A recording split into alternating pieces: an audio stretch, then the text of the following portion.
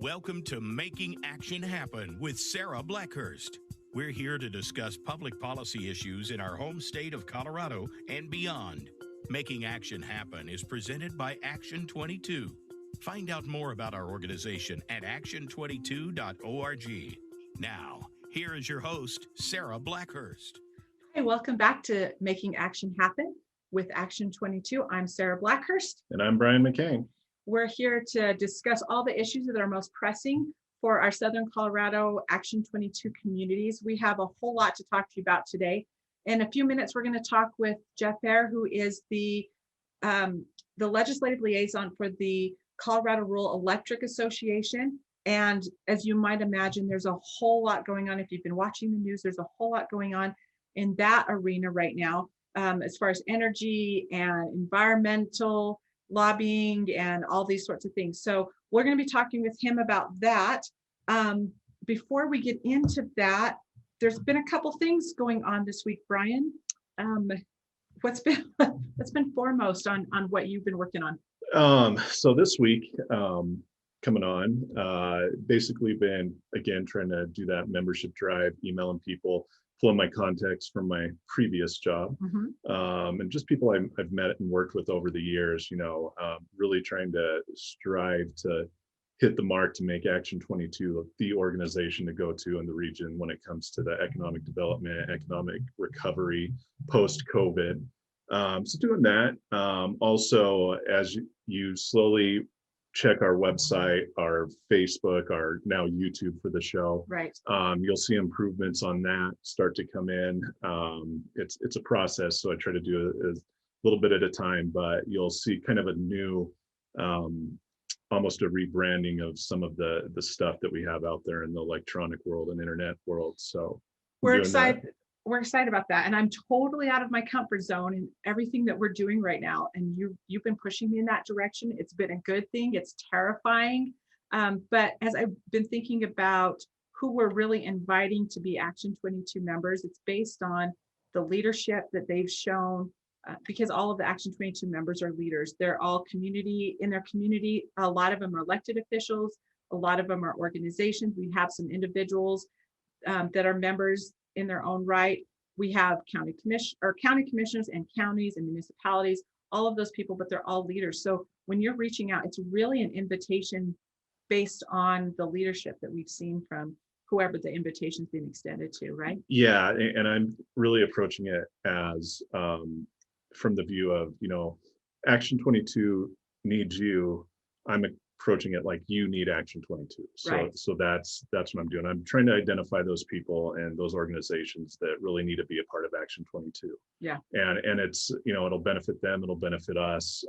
Again, just working towards that goal to take care of the area post-COVID in these weird and crazy times that we're experiencing. Well, and sometimes when I look at everything that we're going to be talking about, and I'm going to go through in just a moment the list of everything that the board is working on. On Friday, we'll have the Action 22 board meeting. And just so you know, for those of you who aren't familiar with Action 22, our board is made up of representatives, 3 representatives from each of our 22 counties, plus we have 7 out of area. And those are representatives from organizations or businesses that do a whole lot of work in our Action 22 area, but we need help. For example, the Colorado Farm Bureau has been one of our best members. And I'm going to talk about everything that we're going through, but sometimes it can be a little overwhelming. I was seeing something on Twitter the other day, and I'm not going to name names, but somebody was talking about how excited they are to run against somebody else who was just elected in 2 years. And they were talking about the district. And I thought, somebody hasn't gotten the memo that we just had a census, and that district as it is right now will no longer exist after that. There is a redistricting process that's going on right now. There was a whole lot of work done 2 years ago on trying to avoid gerrymandering. And so this process is a huge one. And so this is one of the things that we've been watching really closely. I want to give you a quick update. And you can see the full update on the emails or on the website. So if you get the Action 22 email blast, and you should have just gotten it a few minutes ago, if you get that, if you don't, then go to our website and subscribe. And while you're at it, go to YouTube and subscribe to our new YouTube channel that we're putting all these shows on. And we'll tell you a little bit more how to do that in a minute. But I wanted to give you an update. On January 8th, the Congressional Judicial Review Committee met and conducted a random selection of applicants yielding 300 Republicans and 300 Democrats and 400 unaffiliated applicants. The Legislative Redistricting Commission Judicial Panel conducted the same process on January 12th. So to break it down a little bit further, and it's just because we've been in this and we've been watching this so closely, there may have been some steps missed on explaining this whole process. So what they're doing is they have a commission, a group of people on the congressional and the judiciary that will go through and they will remap those voting districts. So Colorado's District 3 voting district, that was formerly Scott Tipton's region, and now it's Lauren Boebert's region, but that's all going to get split up. So when they do the census, that is based on population. So gerrymandering is the practice of creating the maps, the voting maps, based on trying to get as many from one party or the other into certain voting districts. And we've seen it done several times over. There's a lot of districts that don't make any sense. So that huge effort that was made, it was voted on, it was passed, takes a lot of things out of it. And one of the things that I really liked about this process is for the first time, they have unaffiliated. So they have they're drawing from a poll for this commission of 450 unaffiliated that basically made the unaffiliated a party. And that's huge because now we basically have a third party without actually having a party. And I love that. Well, it makes sense when they changed the primary election, where if you're unaffiliated, you could vote in one of the primaries, whether Republican or Democrat, because in the past you had to be registered to the party to vote in that primary. So when Colorado switched to allow the unaffiliated to vote in a primary election, that really set it to make the unaffiliated vote the third party. So there's a lot of unknowns with an unaffiliated party. There is, and there was some confusion on it too, because you have people that register as independent.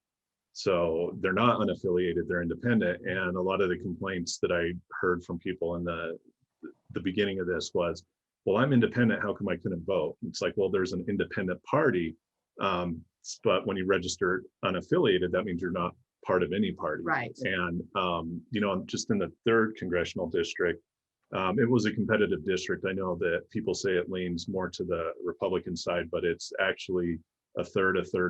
So it's 1/3 Republican, 1/3 unaffiliated, 1/3 Democrat. And you could see the history of the 3rd district where it does go from a Republican representative to a Democrat representative and switches back and forth. And then some of the other districts, if you're in a large metro area, it's going to be, primarily Democrat. That's just the way it is in the United States. So it'll be interesting to see, because when they put this commission together to redistrict, they want to make it as fair and as competitive as possible. But that being said, if you look at Denver, I don't understand, there's no way to make that area competitive, I think. Without going outside of the area to include other counties, which we've seen in other states, right? Not so much in Colorado. And also there's probably going to be an additional congressional district. So we'll have a CD8 in Colorado. And where they put that's going to be interesting too. The people that know what they're talking about say it's going to be around the Denver area. You'll see some of that split up. I don't think the rural districts will change much. I think the 3rd district, you might see a county cut off to an area and another county added, just like they did last time. Same thing with Representative Buck's district, Lambert's district, which is Colorado Springs.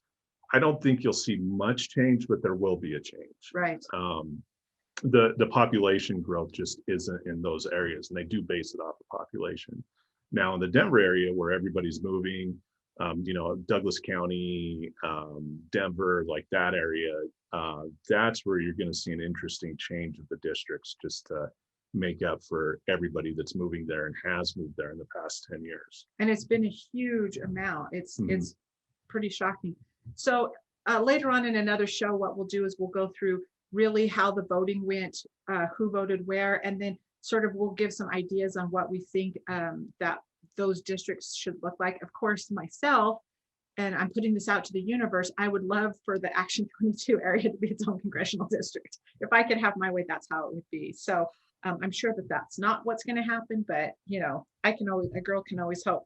The second thing I wanted to review with you is we have a board meeting, an Action 22 board meeting coming up on Friday. So this is the first board meeting of the year. We do a whole lot. It's an important board meeting, and here's why. We take our policy positions on all of the things that we anticipate will be introduced. We take, and the board does that as a whole, and that will lead what really we'll do during the session. We also invite all of the Action 22 legislators to come and be a part of that, and it's sort of a pre-session meeting that we have with them, and then we also turn around and do it post-session, so we can talk about a little bit what happened. But I wanted to give you a heads up on some of the things that the board will be deciding on tomorrow, actually. So we anticipate that there's going to be a whole lot of legislation in these areas that Action 22 will take a position on: pandemic relief, education, healthcare, transportation, the modernization of the tax code, and that's going to take 2 or 3 different shows to go through that. It's a huge one. Climate, of course, climate change, everything that's going on there. We're going to delve a little bit into consumer protections. Of course, energy is going to be a huge one. And we are going to say a little bit, have a resolution about wolf reintroduction, because that's been such a huge issue for not just, and it's really not in the Action 22 area, but certainly our partners and friends in rural communities. So around the pandemic relief, there's a lot that's going to be talked about with regard to wages and workman's comp. Liability protections is going to be a huge thing this session that we want to talk about. And if you go back and listen to the show that we had with Garen Borthman, you'll get a little bit better or deeper dive on that. We're going to talk a lot about money surrounding education, and then mental health services for students and teachers, and keeping school districts whole, the funding whole for them in light of the enrollment declines. The big, huge one that we're going to be talking about, the Action 22 will take a position on, is public option. There's a whole lot that goes into that. That'll probably be the biggest fight of this session, is what should a public option look like, that sort of thing. And then expanding in drugs, drug transparency, drug affordability, that kind of thing. Of course, there's never going to be a year where we aren't talking about transportation. Mm-hmm. The modernization of the tax code, that's going to be huge. So there's a whole bunch that goes into that. And we'll put all this out on the emails and the website, so everybody has a little bit better idea on all the climate change stuff, and that goes directly into energy. Mm-hmm. So with that, I want to welcome our guest. Geoff Hier has been with the CREA, or the Colorado Rural Electric Association, since 2007. He has a ton of experience as a legislative liaison and public information officer. He was formerly with the Colorado Department of Regulatory Agencies. But this whole issue with what's going on in the Rural Electric Association. So Geoff, we have listeners actually from all over the country and internationally as well. So will you give us just a quick brief on what exactly the Rural Electric Association is, what they do, talk about co-ops, that kind of thing? Sure. Thank you very much. And I appreciate your having me here, and I appreciate your discussion about redistricting. So in a nutshell, the rural electric cooperatives were formed back in the Roosevelt area during the New Deal as part of an effort to get rural America electrified. And we're kind of consider ourselves a creature of the New Deal. Electric cooperatives are member owned. So they have their own elected board of directors. They're nonprofit, unlike the investor-owned utilities. And at least in Colorado, we are not rate regulated by the PUC. Our service territories are regulated. There is a complaint process to the PUC if a member owner feels like the rates are unfair. But generally speaking, locally owned, locally controlled. I like to say that, our members, our consumers see their directors at the football game on Friday night, back when we had football games on Friday nights. So they're right there in the community. And we're keeping the lights on for you 24/7. Right. A big difference. Go ahead. Go ahead, Geoff. Well, And a then I big have a difference question. between us and a typical, investor-owned utility is, quite frankly, our service territory. We have fewer consumers per mile of line. Right. We average about 7 consumers per mile of line versus 35 for an XL, which is the biggest investor-owned in Colorado. So geographically, though, talk about geographically how much of Colorado is covered. Well, we cover about 73% of the geography of the state, but only about 20% of the consumers in the state. So we got a lot of land and not a lot of people. So talked a little bit about some of the struggles of the member-owned utility versus the investor-owned. Well, because of our fewer consumers per mile of line, that means less revenue per mile of line, which means our rates tend to be a little bit higher. It's expensive. It costs just as much to string a mile of line for 2 consumers as it does for 10 consumers. Right. So we are very cost conscious. Things that affect our costs, we're very sensitive to. But I will have to say that in surveys that are done nationally, consumers are much happier with an electric co-op model than they are with an investor-owned model. And I think that's mainly because they feel connected to the entity. So that's absolutely true. I'm a member of the San Isabel Electric Association, have been forever. My parents, that's what our service provider, our electric provider is. And really is. I know everybody on the board. We work with everybody. In fact, Reg Rudolph, who is the CEO for San Isabel Electric, is on the Action 22 board of directors, as is a whole bunch of other. We've got members who are energy people. And so there's a whole lot that's going on right now. So tell us a little bit, kind of update us if you've been living under a rock and not paying attention to the energy arena, give us a little update on what's happening right now. Well, for several years, we've been dealing with legislation and mandates to, encourage or require electric providers to switch from fossil fuels to cleaner energy, which is great for the environment. And the prices for renewable resources have really come down, so they're much more competitive. But the sun doesn't always shine, the wind doesn't always blow, and we have to keep the lights on 24/7. And we've gone to what's called a lot more distributed generation, where the old model was you have huge power plants that are mainly coal burning, and you locate those where the coal is because it's cheaper to get the coal to the generators when it's close, and then you string transmission lines. Our system was built for kind of one-way communication. You generate the electricity at the power plant, you distribute it to the consumers. We're moving to a model where with renewable resources that are much closer to the consumers, but our system wasn't necessarily built for those smaller renewable resources that are intermittent. So we're spending a lot of time and effort and resources, money, to upgrade our system to allow for more renewables. It's not something you can switch on overnight, but it's something that over time we will get there. Right. So as far as investment goes for expanding that to updating all of your equipment and how that's delivered, how are you managing that? One of our biggest struggles is with transmission. Transmission is expensive to build, and it's something that we get a lot of NIMBY, not in my backyard. People want those resources, but they don't want to look at transmission lines necessarily. So it's an expensive proposition.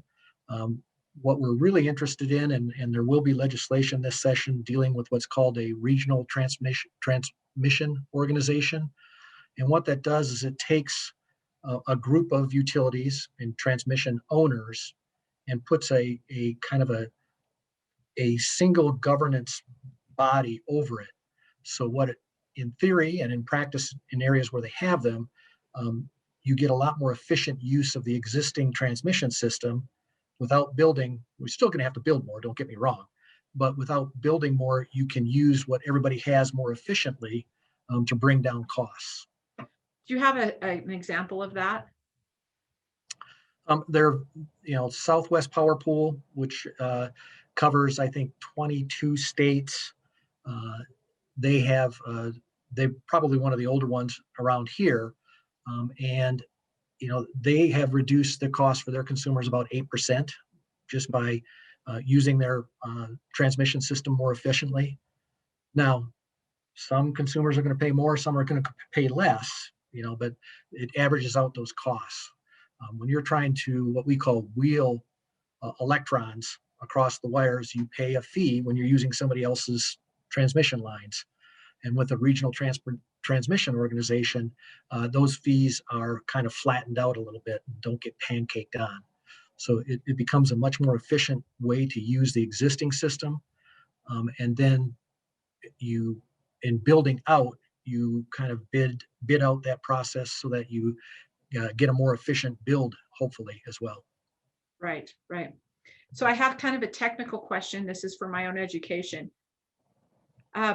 We've heard a lot about, or we're hearing a lot about efforts to move away from oil and gas and go straight electric.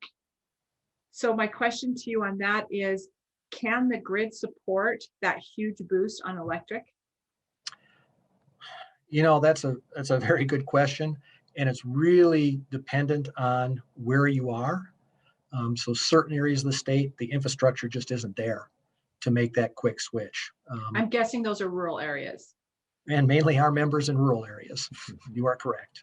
And that's the huge amount of what you cover are rural areas, right? Yes.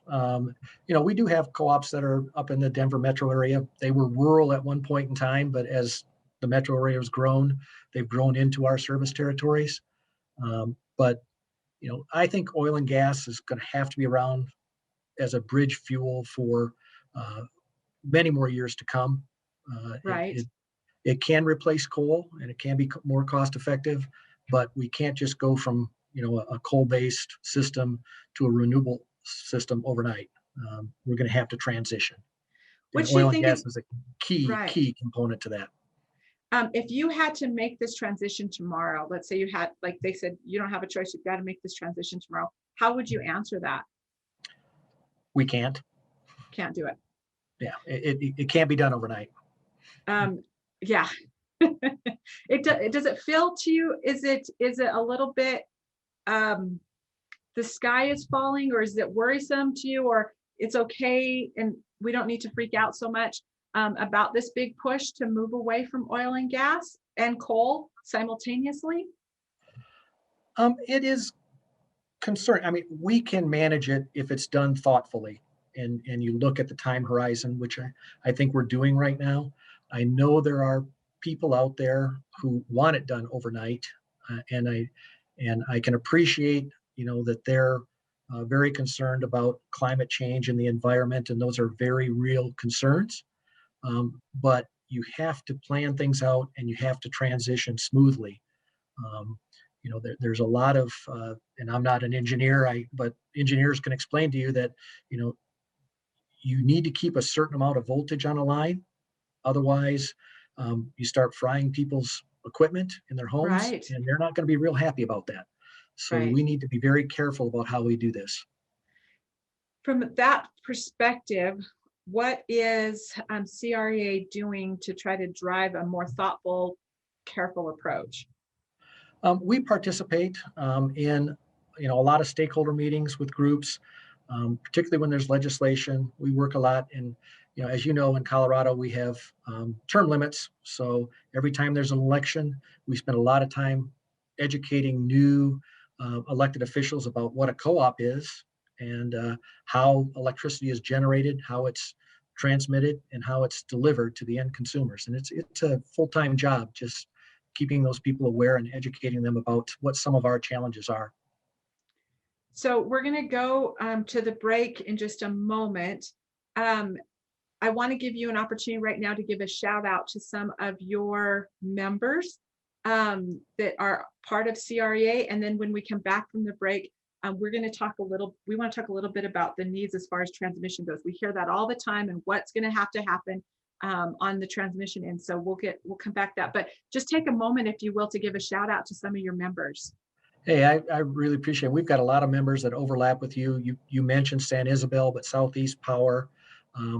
We've got, I'm looking at the map here, KC Electric, Mountain View touches your territory. So we've got a lot of mutual members, and all of those members have consumers that hopefully running businesses and joining Action 22. Well, thank you. So like I said, when we come back, we will talk a little bit more about transmission. If you have any questions about, or that you have for Geoff, or if you have any questions about the show, you can email us at show@action22.org. We will get those questions answered for you. A lot of our listeners listen on demand, as you might imagine, but the show is live. If you, and when we go to the break, you'll hear the phone number. If you want to call in and you have questions, you can give Geoff throw some questions at Geoff as far as the energy and what that's looking like moving forward. But again, if you have any questions for Geoff, it's show@action22.org. We will return in just a few minutes and talk about the ever prominent issue of transmission. Hi, welcome back to Making Action Happen. You are listening to the show on the Voice America Network. And we have with us Geoff Hier from the Colorado Rural Electric Association. Hi, Geoff, thanks so much. So before we went to the break, we were talking a lot about just the ins and outs, some technical stuff with regard to electric, the rural electric associations, and so forth. I have lots of questions on transmission issues, and I don't understand this at all. But Brian, you, as working for Congressman Tipton, you dove into this quite a bit. You have a way better understanding of this. Yeah, so as far as I understand it, and we'll let Geoff jump in here in a minute, but our transmission lines are old. They have been around for decades, and whenever you have everything from new power plants, new types of power that comes on the transmission lines, that has to be addressed. Right. So look at it as like a highway, basically. Like you have an old highway, you get more traffic on it, you need to expand it. Unfortunately, for a lot of the transmission lines, that hasn't expanded recently, and some of them have, but you still have the areas like rural areas where it's still, the same lines have been there forever. So am I wrong in saying that, Geoff? No, I think you're pretty accurate in that. I think a prime example is San Luis Valley.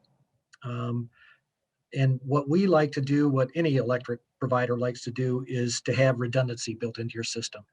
You want to have more than one way to get electricity to your consumers. San Luis Valley, I liken it to a landlocked country or something.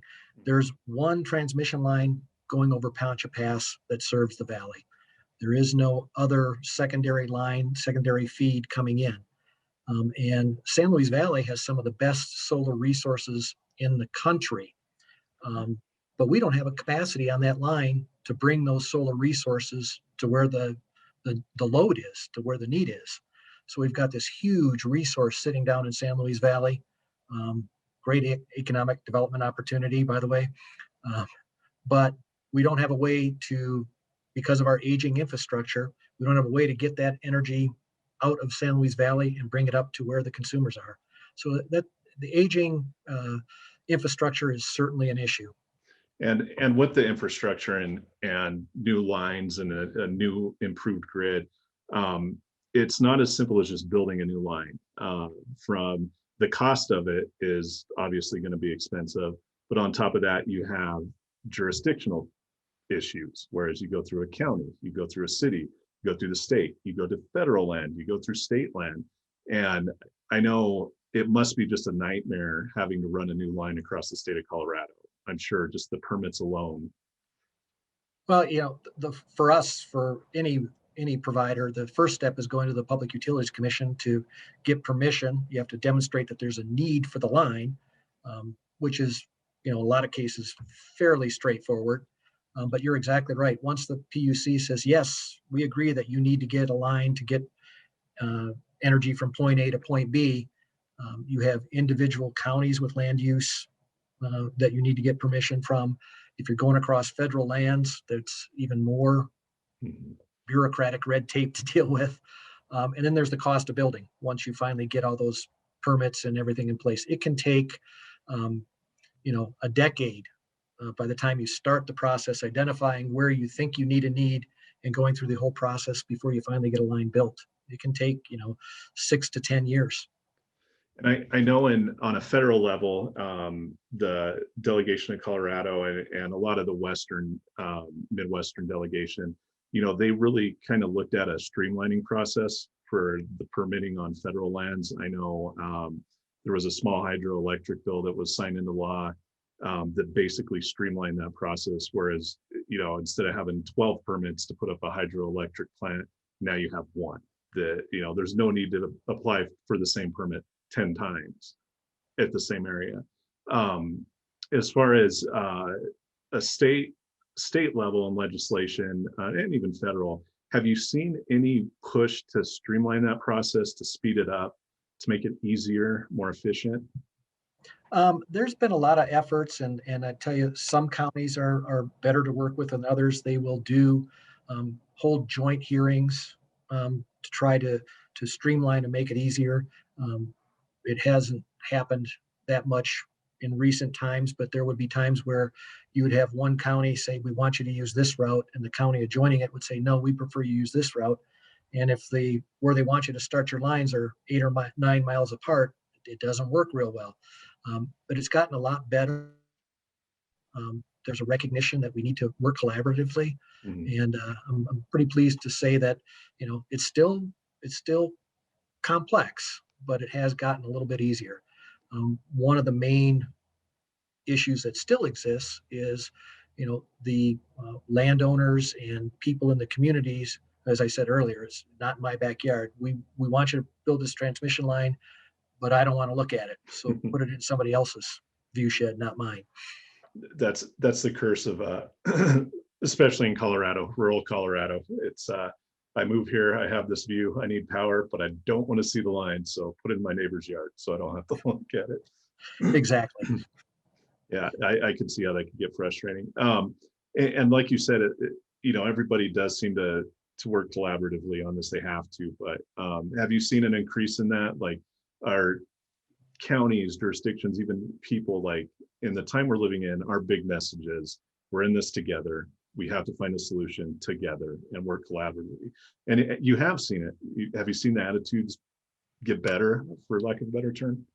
Um, for the most part, I think we have. I mean, there's a lot of recognition, and I guess one of the areas where I think we've made a significant improvement, even though it's still a problem, is in wildfires Mhm. and clearing our right of ways. Every distribution line, every transmission line has a right of way, and the owner of that right of way is responsible for maintaining that right of way, keeping vegetation clear, for example. Um, we used to have landowners that would come out and say, no, no, you're not cutting down that tree. Um, kind of the blessing and the curse with wildfires we have now is that people are going, okay, I recognize that, I like that tree, but if it's going to help you mitigate the fire risk, by all means, come on in and take care of it. And even the federal lands, the U.S. Forest Service years ago would say, if you're cutting down trees, we want you to just lay them down in the right of way. You can cut them down, but lay them down because we want the natural decay to take place. Mhm. Um, they're realizing now that when that happens, that's just a tinderbox. So now they're getting much better about, hey, you can go beyond your right of way, widen it out a little bit more, and go ahead and take all that fuel out from underneath your lines. So it's gotten a lot better. And there's, I think you said that you're working on something for that purpose, for fire mitigation, correct? We're working on legislation for this coming session that will, we think, improve vegetation management for our electric co-ops, addressing a lot of times, we have the right to clear hazards that are within the right of way, but there's been several instances where there's what we call a hazard tree that might be 15 or 20 feet outside the right of way. It's a dead tree. It's tall enough. Good strong wind is going to blow it into the line. But under current law, we don't have the ability. We can reach out to the homeowner, landowner, whatever, and ask permission to cut it down. But a lot of times we have absentee landowners. You can't find them. You can't get that permission. So we're looking at ways where we can address those trees that are outside the right of way, and kind of mitigate that risk that we have. Yeah, that would be a challenge if you have, say, somebody that lives in Washington, California, somewhere like that, and they have their vacation home or their vacation cabin that they're in 2 days out of the year. Like, how would you get in contact with that person to clear the tree, like get the permission for it? That would, in my mind, that would be a challenging thing to do. So yeah, and a lot of our mountain communities, there are a lot of second homes. Yeah. So it's, it becomes problematic. Yeah, it has. And the past 5 to 10 years, we've seen that increase in the forest fires here in Colorado. And I really noticed how from 10 years ago till recently, how the attitude had changed from people that, we need to mitigate these forests for fire and don't touch it, to, you know what, you're right, there needs to be some work done. I think they saw the damage and destruction firsthand of what happens when you let that go unchecked. What does that cost? I remember when they had the fire down in the San Luis Valley a couple of years ago. Mm-hmm. San Isabel Electric was talking about just their lines in that area. And they said that the fire caused $1 million worth of damage, and they didn't have as many lines as the other co-op in the San Luis Valley. But it cost $1 million. How are those costs defrayed? What does that actually cost when you have something like that happen? We're dealing with that right now with the Cameron Peak and the Grizzly fires from this year. We're estimating just the cost to the cooperative infrastructure, our lines and poles and things, is close to $7 million. Wow. And we're working through FEMA because there is a process where we had the disaster declaration was signed on January 15th, which allows us to go through the FEMA process. My understanding is FEMA will reimburse a percentage of those losses, but it could take anywhere from 2 to 5 years for that reimbursement to come in. So in the meantime, that's costing consumers. In the meantime, that's costing consumers. And it could quite honestly, depending on circumstances, it could take years for us to build that infrastructure back out to the quality that it was before. I mean, we can run emergency lines out to folks, but to get the safe quality infrastructure that we had before, it could take us a couple of years to recover from this. And this isn't just power either. This is everything from broadband to any utility, basically.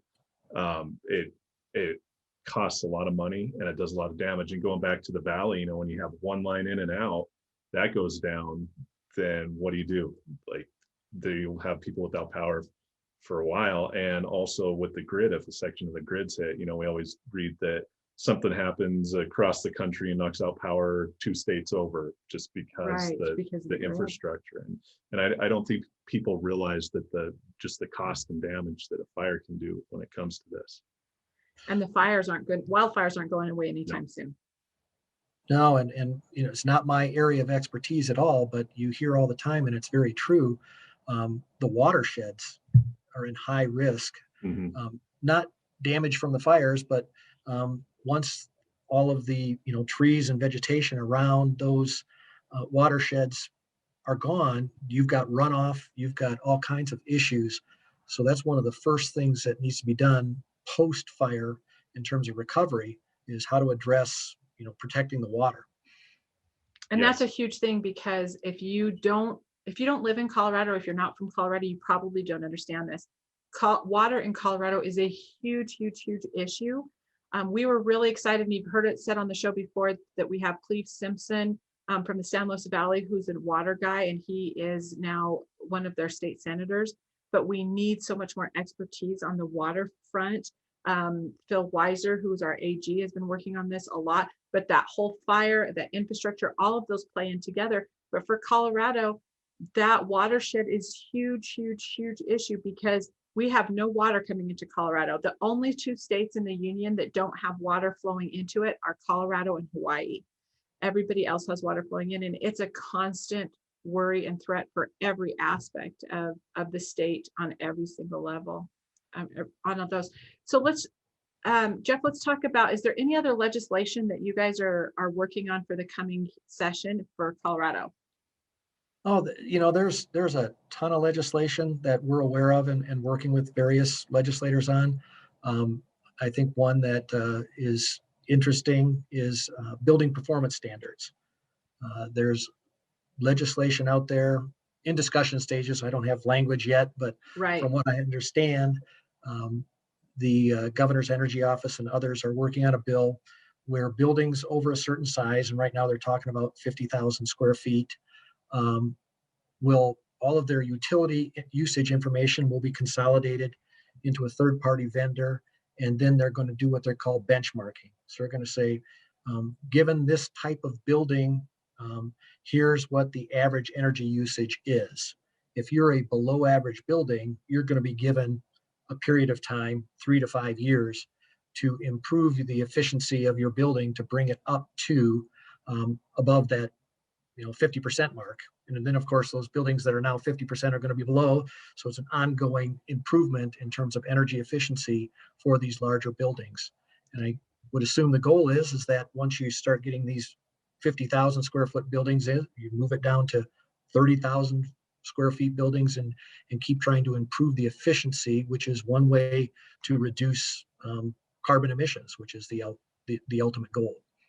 So I can think of about 15 implications off the top of my head for that, but what are the main implications of that you guys are concerned about? Well, one thing is the owner of the building may not necessarily be our consumer. A lot of times they're leasing this space out to somebody. We're very sensitive to be releasing your information to a third party without your permission. Okay. So we're very sensitive to being responsive to our members who may not necessarily want their information handed over to somebody without their permission. That's one concern. I think that's a big concern. And then we don't really know what data they want. That's still in negotiations. And so I think we want to be very helpful in this effort, but at the same time, particularly a smaller co-op where people wear a lot of hats, how much manpower is this going to take? Are we going to have to hire a new employee to provide all this data? That cost goes directly to our consumers. So we're in the discussion stages there. Like I said, it's all conceptual right now, but I know that's a bill that's coming through. There's legislation on what we call beneficial electrification, where particularly in the transportation sector, trying to build out that infrastructure so that electric vehicles can be used more around the state. They're getting better range, but still there's range anxiety. People want to know that they can charge that thing when they need to. There's not charging stations in every corner like there is gas stations. So the more we can do to help build that infrastructure out, to reduce the use of internal combustion engines, replace them with electric vehicles, and when it makes sense, does it make sense? For example, ground source and air source heat pumps for heating homes. 20 years ago, they were not cost effective. They didn't work real well at altitude. They didn't work real well in very cold weather. They're improving a lot. So can we move folks off of propane to a ground source heat pump or a air source heat pump to reduce carbon emissions? I'm not picturing that legislation specifically right now, but I am picturing legislation on beneficial electrification to try to encourage more electrification of both buildings and transportation. So on the beneficial electrification side of it, do you see anything that could happen in the next 5 years that would make that economically feasible for, especially in our rural communities? It potentially, technology is getting better all the time. There was legislation last year, if you're familiar with the BEST program, which is a fed or a state grant program for improving schools. Right. And one of the things that we looked at, and there was legislation last year that said, if you're applying for a BEST grant to build or improve, upgrade a school, you need to contract your utility provider to see if there are some opportunities for energy efficiency, distributed generation, um, things that you can do to, in the long term, save you money and get lower emissions. You need to look kind of at the life cycle of things. And sometimes it makes sense to go for a beneficial electrifications and sometimes it doesn't. I mean, it depends on the life cycle of the project you're talking about. But to have that conversation with your utility, I think is really important. And I have a question that you may know the answer to.